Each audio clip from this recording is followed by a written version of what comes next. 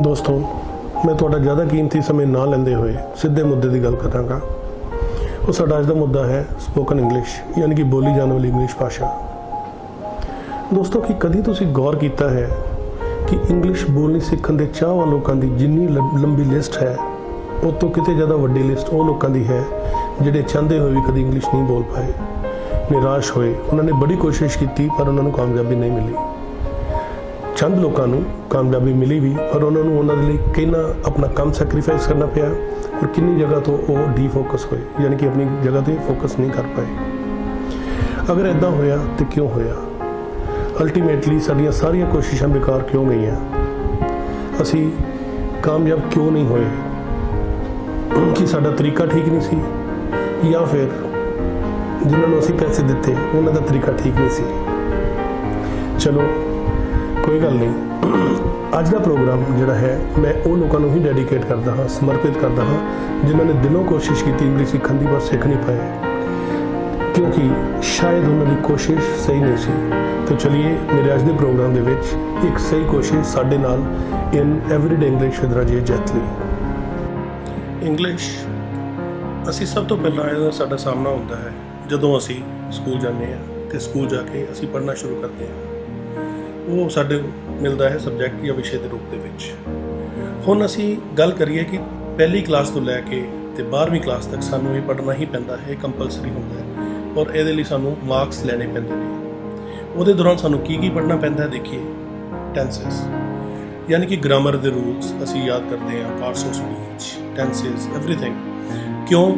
ਤਾਂ ਕਿ ਅਸੀਂ ਉਹਨੂੰ ਪਾਸ ਕਰ ਸਕੀਏ। ਔਰ ਪਾਸ ਕਰਨ ਦੇ ਲਈ ਜਦੋਂ ਸਾਨੂੰ ਮਾਰਕਸ ਲੈਣੇ ਹੁੰਦੇ ਨੇ ਅਤੇ ਅਲੱਗ-ਅਲੱਗ ਛੋਟੇ ਕੰਪੋਨੈਂਟ ਹੁੰਦੇ ਨੇ ਜਿਨ੍ਹਾਂ ਥਰੂ ਸਾਨੂੰ ਨੰਬਰ ਮਿਲਦੇ ਨੇ। ਉਹਨਾਂ 'ਚੋਂ ਇੱਕ ਹੈ ਟਰਾਂਸਲੇਸ਼ਨ, ਪੰਜਾਬੀ ਟੂ ਇੰਗਲਿਸ਼ ਔਰ ਇੰਗਲਿਸ਼ ਟੂ ਪੰਜਾਬੀ। ਅਸੀਂ ਟਰਾਂਸਲੇਟ ਵੀ ਕਰਦੇ ਹਾਂ, ਸਾਨੂੰ ਉਹਦੇ ਮਾਰਕਸ ਮਿਲਦੇ ਨੇ। ਫਿਰ ਸਾਨੂੰ ਉਹਦੇ ਦੌਰਾਨ ਪੜ੍ਹਨਾ ਪੈਂਦਾ ਹੈ ਅਤੇ ਪਾਸ ਹੋਣਾ ਪੈਂਦਾ ਹੈ, ਚੇਂਜ ਦਾ ਟੈਂਸਿਸ ਦੇ ਵਿੱਚ ਜਾਂ ਚੇਂਜ ਦੀ ਵੌਇਸ, ਚੇਂਜ ਦੀ ਨਰੇਸ਼ਨ ਦੇ ਵਿੱਚ। ਅਸੀਂ ਇਹਨਾਂ ਜਦੋਂ ਸਾਰਿਆਂ ਨੂੰ ਪੜ੍ਹਦੇ ਹਾਂ ਅਤੇ ਉਹਦੇ ਦੌਰਾਨ ਸਾਨੂੰ ਫਿਰ ਕਰਵਾਇਆ ਜਾਂਦਾ ਹੈ ਐਸੇ writing, application writing, comprehension, poetry. ਇਹ ਸਾਰੇ ਤਰੀਕੇ ਨੇ ਸਾਨੂੰ ਇੰਗਲਿਸ਼ ਸਿਖਾਉਣ ਦੇ ਸਬਜੈਕਟ ਵਿੱਚ। ਪਰ ਪ੍ਰੋਬਲਮ ਕੀ ਹੈ ਕਿ ਜਿਹੜੀ ਚੀਜ਼ ਅਸੀਂ ਸਿੱਖਣਾ ਚਾਹੁੰਦੇ ਹਾਂ ਉਹ ਅਲੱਗ ਹੈ। ਉਹ ਹੈ ਲੈਂਗੁਏਜ, ਭਾਸ਼ਾ, ਜਿਹਨੂੰ ਅਸੀਂ ਸਪੋਕਨ ਇੰਗਲਿਸ਼ ਕਹਿੰਦੇ ਹਾਂ। ਸਾਡਾ ਰੂਟ ਜਿਹੜਾ ਸਬਜੈਕਟ ਦੇ ਥਰੂ ਆਉਂਦਾ ਹੈ ਉਹ ਅਸੀਂ ਭਾਸ਼ਾ ਦੇ ਰੂਪ ਦੇ ਵਿੱਚ ਲੈ ਕੇ ਜਾਂਦੇ ਹਾਂ, ਜਿਹਨੂੰ ਕਿ ਮੈਂ ਗਲਤ ਕਹਾਂਗਾ। ਭਾਸ਼ਾ ਜਿਹੜੀ ਹੈ ਉਹ ਅਸਲ ਦੇ ਵਿੱਚ ਬਹੁਤ ਆਸਾਨ ਹੈ, ਈਜ਼ੀ ਹੈ ਕਿਉਂਕਿ ਇਹਨੂੰ ਹਰੇਕ ਬੰਦਾ ਬੋਲਦਾ ਹੈ। ਨੈਚੁਰਲ ਹੈ ਕਿਉਂਕਿ ਇਹਨੂੰ ਸਿੱਖਣਾ ਬਹੁਤ ਜ਼ਿਆਦਾ ਆਸਾਨ ਹੈ।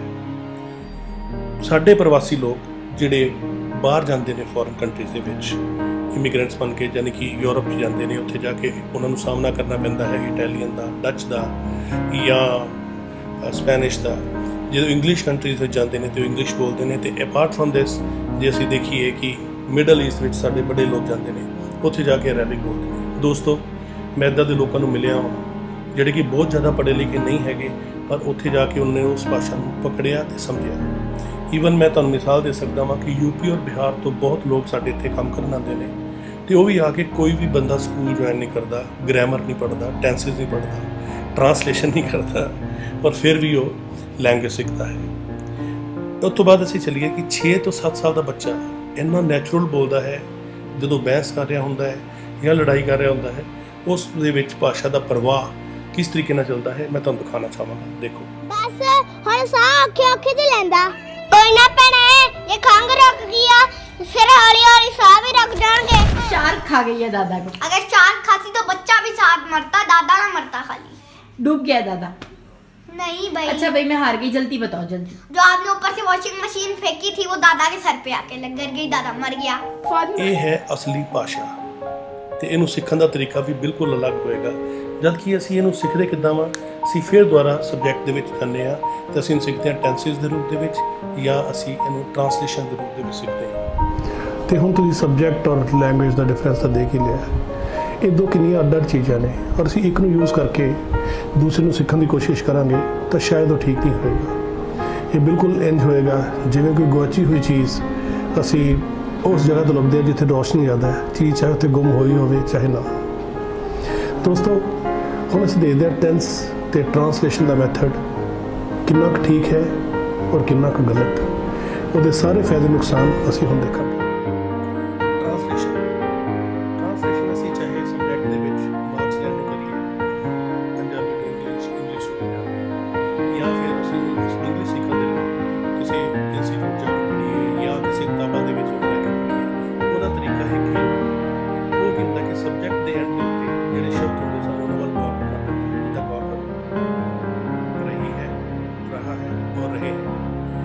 ਇਹ ਆ ਜਾਏ ਤਾਂ ਸਾਨੂੰ ਕਿਹਾ ਜਾਂਦਾ ਕਿ ਵਰਬ ਦੀ ਫਸਟ ਫਾਰਮ ਦੇ ਨਾਲ ਅਸੀਂ ing ਦਾ ਇਸਤੇਮਾਲ ਕਰਾਂਗੇ। ਜਿੱਦਾਂ ਕਿ she is sleeping, ਉਹ ਸੋ ਰਹੀ ਹੈ, he is eating, ਉਹ ਖਾ ਰਿਹਾ ਹੈ। ਔਰ ਇਹਦੇ ਨਾਲ ਦੇ ਬੜੇ ਕਾਮਨ ਹੋਰ ਨੇ, ਜਿੱਦਾਂ ਕਿ ਗਏਗੀ, ਜਾਏਗਾ, ਗਾਏਗਾ, ਸਿੱਖੇਗੀ। ਉਹ ਅਗਰ ਆ ਜਾਏ ਤਾਂ ਅਸੀਂ ਕਰਦੇ ਹਾਂ will ਔਰ shall ਦੇ ਨਾਲ ਵਰਬ ਦੀ ਫਸਟ ਫਾਰਮ ਇਸਤੇਮਾਲ ਕਰਦੇ ਹਾਂ। ਆਫ ਕੋਰਸ ਜਿਹੜਾ shall ਹੈ ਉਹ ਟੋਟਲੀ ਆਬਸੋਲੀਟ ਹੋ ਚੁੱਕਾ ਹੈ, ਉਹਦਾ ਯੂਜ਼ ਨਹੀਂ ਹੁੰਦਾ। ਇਹਦਾ ਮਤਲਬ ਕਿ ਜਦੋਂ ਵੀ ਇਹ ਵਰਡ ਆਉਣਗੇ ਅਸੀਂ will ਔਰ shall ਦਾ ਇਸਤੇਮਾਲ ਹੁੰਦਾ ਨਾ ਕਰਾਂਗੇ। ਫਿਰ ਉਸ ਤੋਂ ਬਾਅਦ ਆਉਂਦਾ ਹੈ ਸਕਤਾ ਹੈ, ਸਕਤੇ ਹੈ ਔਰ ਸਕਤੀ ਹੈ, ਯਾਨੀ ਕਿ ਕੈਨ ਤੋਂ ਬਾਅਦ ਅਸੀਂ ਵਰਬ ਦੀ ਫਸਟ ਫਾਰਮ ਦਾ ਇਸਤੇਮਾਲ ਕਰਦੇ ਹਾਂ।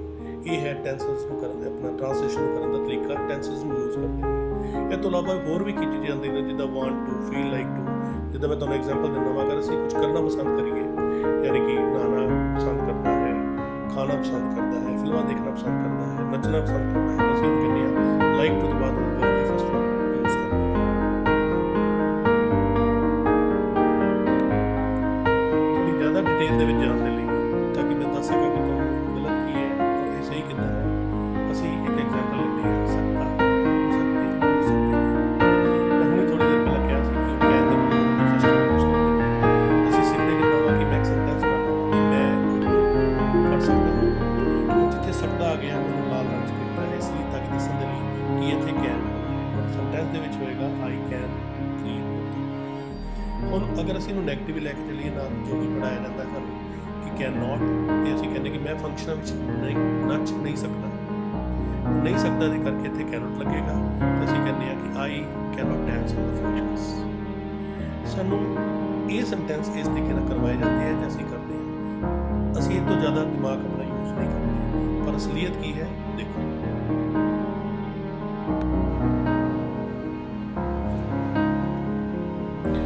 ਕੈਨ ਦੀ ਜਗ੍ਹਾ ਤੇ ਸਕਦਾ ਲੱਗੇਗਾ, ਸਕਦਾ ਦੀ ਜਗ੍ਹਾ ਤੇ ਕੈਨ ਲੱਗੇਗਾ। ਸਾਨੂੰ ਇਹ ਤਾਂ ਸਮਝਾਇਆ ਗਿਆ ਔਰ ਅਸੀਂ ਇਹਨੂੰ ਯੂਜ਼ ਵੀ ਕੀਤਾ, ਪਰ ਸਾਨੂੰ ਕੀ ਸਕਦਾ ਦਾ ਅਸਲ 'ਚ ਮਤਲਬ ਕੀ ਹੈ ਸਾਨੂੰ ਕਿਸੇ ਨੇ ਦੱਸਿਆ ਨਹੀਂ। ਸ਼੍ਰੀ ਗੁਰੂ ਗ੍ਰੰਥ ਸਾਹਿਬ ਦੇ ਵਿੱਚ ਇਹਦਾ ਜ਼ਿਕਰ ਹੈ ਕਿ ਜੇ ਸਕਤਾ ਸਕਤੇ ਕੋ ਮਾਰੇ ਤਾਂ ਮਨ ਰੋਸ ਨਾ ਹੋਏ, ਯਾਨੀ ਕਿ ਅਗਰ ਇੱਕ ਤਾਕਤਵਰ ਆਦਮੀ ਦੂਸਰੇ ਤਾਕਤਵਰ ਆਦਮੀ ਨੂੰ ਮਾਰਦਾ ਹੈ ਤਾਂ ਮਨ ਦੇ ਵਿੱਚ ਕੋਈ ਮਲਾਲ ਨਹੀਂ ਹੋਣਾ ਚਾਹੀਦਾ। ਦੋਸਤੋ, ਸਕਤਾ ਦੇ ਇੱਥੇ ਕਈ ਮਤਲਬ ਨਿਕਲਦੇ ਨੇ। ਸਕਤਾ ਦਾ ਮਤਲਬ ਹੈ ਸ਼ਕਤੀ, ਸਕਤਾ ਦਾ ਮਤਲਬ ਹੈ ਪਾਵਰ, ਸਟੈਮਿਨਾ। ਜਿੱਦਾਂ ਕਿ ਇੱਕ ਸੈਂਟੈਂਸ ਮੈਂ ਤੁਹਾਨੂੰ ਬਣਾ ਕੇ ਦੱਸਦਾ ਵਾਂ ਪਾਵਰ ਦੇ ਉੱਤੇ ਕਿ police can control such situations. Police ਦੇ ਵਿੱਚ ਇਹ ਪਾਵਰ ਹੈ ਕਿ ਉਹ ਇੱਦਾਂ ਦੀ ਸਿਚੁਏਸ਼ਨ ਨੂੰ ਕੰਟਰੋਲ ਕਰ ਸਕੇ। ਫਿਰ ਜਿੱਦਾਂ ਕਿ ਅਗਰ ਸਟੈਮਿਨਾ ਦੀ ਗੱਲ ਕਰੀਏ ਤਾਂ ਅਸੀਂ ਕਹਾਂਗੇ ਕਿ ਆਰਨ ਕੈਨ ਰਨ ਫॉर 10 ਕਿਲੋਮੀਟਰਸ। ਇੱਥੇ ਆਰਨ ਦਾ ਕੈਨ ਸਟੈਮਿਨਾ ਦੱਸ ਰਿਹਾ ਕਿ ਉਹਦੇ ਵਿੱਚ 10 ਕਿਲੋਮੀਟਰ ਭੱਜਣ ਦਾ ਸਟੈਮਿਨਾ ਹੈ। ਅਗਰ ਕਿਸੇ 'ਚ 15 ਕਿਲੋਮੀਟਰ ਭੱਜਣ ਦਾ ਸਟੈਮਿਨਾ ਹੋਏਗਾ, ਕਿ ਜਿੱਦਾਂ ਅਸੀਂ ਕਹਾਂਗੇ Bittu can run for 15 kilometres, ਤੇ ਫਿਰ ਬਿੱਟੂ ਦਾ ਜਿਹੜਾ ਕੈਨ ਹੈ ਉਹਦੇ ਆਰਨ ਦੇ ਕੈਨ ਤੋਂ ਵੱਡਾ ਹੋ ਜਾਏਗਾ। ਅਸੀਂ ਅਗਲਾ ਹੋਰ ਦੇਖੀਏ ਸਕਦਾ ਦੀ ਕੀ ਐਗਜ਼ਾਮਪਲ ਦਿੱਤੀ ਜਾ ਸਕਦੀ ਹੈ, ਉਹ ਹੈ ਕੈਪੈਸਿਟੀ, ਸਮਰੱਥਾ। ਜਿੱਦਾਂ ਕਿ ਆਨੰਦ ਕੈਨ ਡਾਇਰੈਕਟ ਦਿਸ ਮੂਵੀ।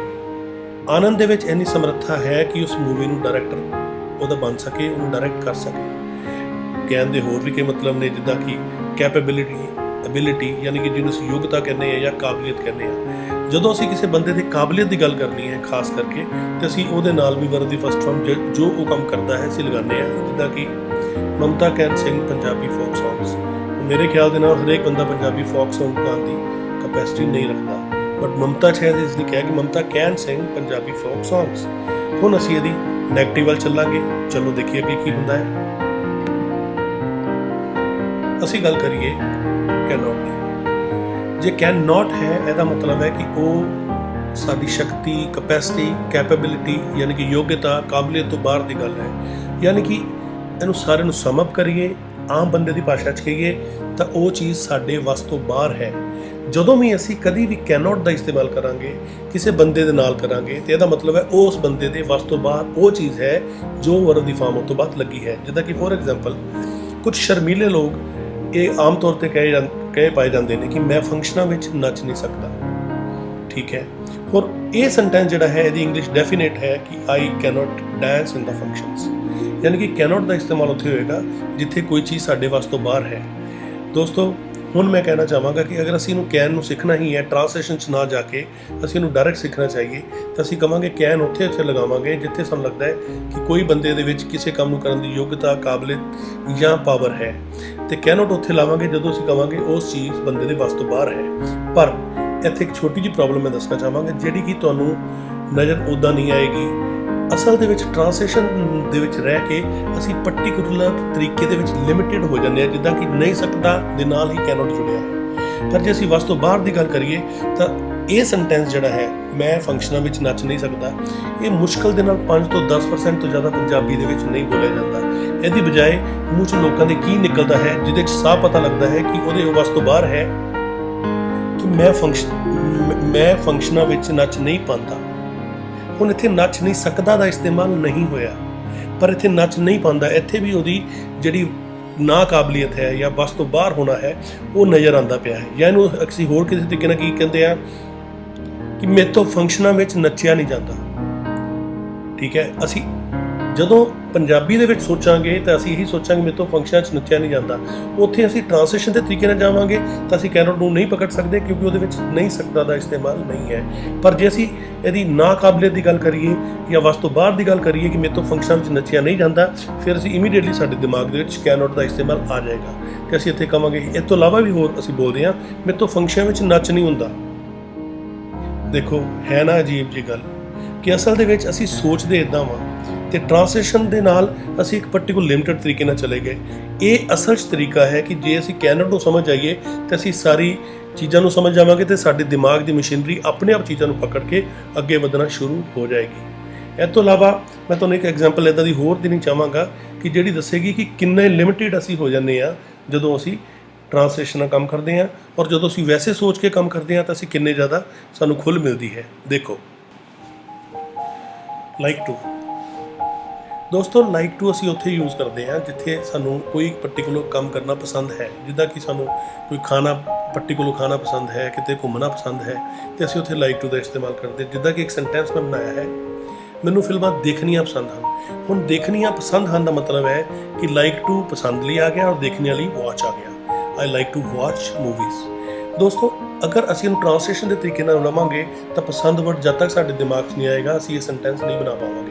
ਪਰ ਅਸਲੀਅਤ ਇਹ ਹੈ ਕਿ ਅਸੀਂ ਅਗਰ ਲਾਈਕ ਟੂ ਨੂੰ ਸਿੱਖਣਾ ਹੈ ਤਾਂ ਅਸੀਂ ਨੂੰ ਅਗਰ ਇਸ ਤਰੀਕੇ ਨਾਲ ਸਿੱਖੀਏ ਕਿ ਕੋਈ ਕੰਮ ਕਰਨਾ ਜਿਹੜਾ ਕਿਸੇ ਨੂੰ ਬਹੁਤ ਚੰਗਾ ਲੱਗਦਾ ਹੈ, ਵਧੀਆ ਲੱਗਦਾ ਹੈ, ਜਾਂ ਉਹਨੂੰ ਕੰਮ ਕਰਕੇ ਮਜ਼ਾ ਆਉਂਦਾ ਹੈ, ਜਾਂ ਉਸ ਨੂੰ ਕੰਮ ਕਰਨ ਦਾ ਸ਼ੌਂਕ ਹੈ, ਤਾਂ ਅਸੀਂ ਮੇਰੇ ਖਿਆਲ ਦੇ ਨਾਲ ਬਹੁਤ ਅੱਛੇ ਤਰੀਕੇ ਨਾਲ ਲਾਈਕ ਟੂ ਨੂੰ ਕਰ ਪਾਵਾਂਗੇ। ਜਿੱਦਾਂ ਕਿ ਦੇਖੋ ਇਹੀ ਸੈਂਟੈਂਸ ਹੋਰ ਕਿੰਨੇ ਤਰੀਕੇ ਨਾਲ ਬੋਲਿਆ ਜਾਂਦਾ ਹੈ, ਔਰ ਅਸੀਂ ਅਕਸਰ ਦੇਖਦੇ ਹਾਂ ਕਿ ਪੰਜਾਬੀ ਦੇ ਵਿੱਚ ਮੈਂ ਸੁਣਿਆ ਮੈਂ ਬੜੇ ਲੋਕਾਂ ਨੂੰ ਇੱਦਾਂ ਬੋਲਦੇ ਹੋਏ ਕਿ ਮੈਨੂੰ ਫਿਲਮਾਂ ਦੇਖਣੀਆਂ ਬਹੁਤ ਵਧੀਆ ਲੱਗਦੀਆਂ ਨੇ, ਮੈਨੂੰ ਫਿਲਮਾਂ ਦੇਖਣੀਆਂ ਬਹੁਤ ਚੰਗੀਆਂ ਲੱਗਦੀਆਂ ਨੇ, ਮੈਨੂੰ ਫਿਲਮਾਂ ਦੇਖ ਕੇ ਬੜਾ ਮਜ਼ਾ ਆਉਂਦਾ ਹੈ। ਇਹ ਅਸਲ ਦੇ ਵਿੱਚ ਲਾਈਕ ਟੂ ਦੀ ਬਹੁਤ ਵੱਡੀ ਨਿਸ਼ਾਨੀ ਹੈ। ਈਵਨ ਇੱਥੇ ਥੋੜੀ ਜਿਹੀ ਡਿਗਰੀ ਤੇ ਜਾਈਏ ਅਸੀਂ ਦਵਾਂਗੇ ਕਿ ਮੈਨੂੰ ਫਿਲਮਾਂ ਦੇਖਣ ਦਾ ਸ਼ੌਂਕ ਹੈ। ਸ਼ੌਂਕ ਨੂੰ ਨਾਲ ਇਸ ਲਈ ਕੀਤਾ ਹੈ ਕਿਉਂਕਿ ਆਮ ਤੌਰ ਤੇ ਸ਼ੌਂਕ ਵਰਡ ਨੂੰ ਫੌਂਡ ਆਫ ਦੇ ਨਾਲ ਮਿਲਾਇਆ ਜਾਂਦਾ ਜਦੋਂ ਅਸੀਂ ਇੰਗਲਿਸ਼ ਬੋਲਦੇ ਹਾਂ, ਤੇ ਲੋਕੀ ਬਹਿਸ ਕਰਦੇ ਨਹੀਂ ਸ਼ੌਂਕ ਦਾ ਮਤਲਬ ਤਾਂ ਆਈ ਫੌਂਡ ਆਫ ਵਾਚਿੰਗ ਮੂਵੀ ਹੈ। ਨਹੀਂ ਦੋਸਤੋ, ਸ਼ੌਂਕ ਵੀ ਪਸੰਦ ਹੀ ਹੈ ਸਾਡੀ। ਮੈਂ ਬੜੀ ਵਾਰ ਇਸ ਚੀਜ਼ ਨਾਲ ਸਟੂਡੈਂਟਸ ਨਾਲ ਬੈਠ ਕੇ ਡਿਸਕਸ ਕੀਤਾ ਹੈ, ਉਹਨਾਂ ਨੂੰ ਪੁੱਛਿਆ ਕਿ ਦੱਸੋ ਕਿ ਕੀ ਫ਼ਰਕ ਹੈ, ਤੇ ਅਲਟੀਮੇਟਲੀ ਦੇ ਐਗਰੀ ਟੂ ਦਿਸ ਪੁਆਇੰਟ ਕਿ ਸ਼ੌਂਕ ਜਿਹੜਾ ਹੈ ਉਹ ਵੀ ਪਸੰਦ ਹੈ। ਹੋ ਸਕਦਾ ਹੈ ਕਿ ਉਹ ਪਸੰਦ ਤੋਂ ਥੋੜ੍ਹਾ ਜ਼ਿਆਦਾ ਹੋਵੇ, ਠੀਕ ਹੈ, ਪਸੰਦ ਤੋਂ ਜ਼ਿਆਦਾ ਥੋੜ੍ਹੀ ਪਸੰਦ ਹੋਵੇ, ਜਿੱਦਾਂ ਕਿ ਪੰਜਾਬੀਆਂ ਨੂੰ ਦਾਰੂ ਪੀਣਾ। ਹੁਣ ਦੋਸਤੋ, ਅਗਰ ਲਾਈਕ ਟੂ ਹੈ ਤੇ ਅਗਰ ਨੋਰਮਲ ਚੀਜ਼ ਸਾਡੀ ਦੱਸਦਾ ਹੈ ਸਾਡੀ ਨੋਰਮਲ ਚੰਗੀਆਂ ਲੱਗਦੀਆਂ ਵਧੀਆ ਲੱਗਦੀਆਂ ਚੀਜ਼ਾਂ ਨੂੰ ਹੈ, ਅਗਰ ਅਸੀਂ ਥੋੜ੍ਹੀ ਡਿਗਰੀ ਉਹਦੀ ਹੋ ਦਈਏ ਤੇ ਲਾਈਕ ਟੂ ਲਵ ਟੂ ਬਣ ਜਾਏਗਾ। ਯਾਨੀ ਕਿ ਪੰਜਾਬੀਜ਼ ਲਵ ਟੂ ਡਰਿੰਕ, ਇਹ ਲਾਈਕ ਟੂ ਦਾ ਹੀ ਇੱਕ ਫਾਰਮ ਹੈ ਜਿਹਦੇ ਵਿੱਚ ਡਿਗਰੀ ਥੋੜ੍ਹੀ ਵੱਧ ਗਈ ਹੈ। ਵੀ ਇਹਦਾ ਮਤਲਬ ਹੈ ਕਿ ਇਸ ਸ਼ੌਂਕ ਨੂੰ ਪੂਰਾ ਕਰਨ ਦੇ ਲਈ ਬੰਦਾ ਥੋੜ੍ਹੀ ਦੂਰ ਤੱਕ ਜਾਏਗਾ।